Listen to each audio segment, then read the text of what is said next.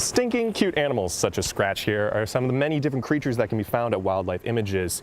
But due to the wildfires and smoke over the past couple years, tourism is down and the company and the animals themselves are at risk.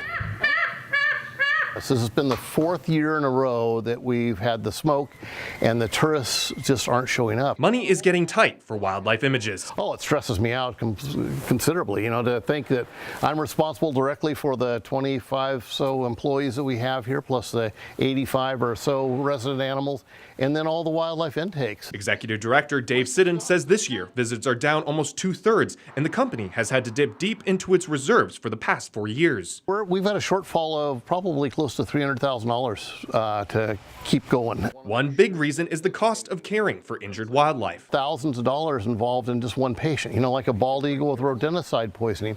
That's a lot of tender loving care, chelation therapy, a lot of other things that will go into this animal. So far this year, Wildlife Images has taken in 875 wild animal patients. Raccoons, baby skunks. Many of which have been displaced from the wildfires across southern Oregon. The animals we're getting in right now aren't victims of the fire directly, not burn victims or anything like that.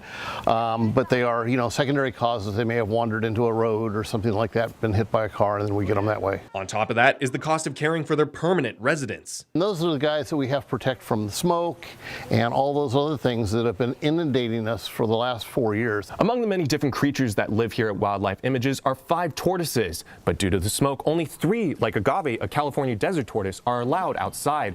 The other 2, much larger tortoises, have to remain indoors due to respiratory problems. We have vet bills and power bills and all the other things that come along with those. So our expenses and our level of care for the animals have both come up considerably. If this trend continues, Wildlife Images is worried it may have to shut its doors. That's why they're asking for the public's help to not just save them, but to save the animals as well. So ideally, we want to get about 4,000 members from the surrounding communities, and if we can do that, the place will be solvent and we'll be all right. In Merlin, Mas Huichi, NBC5 News.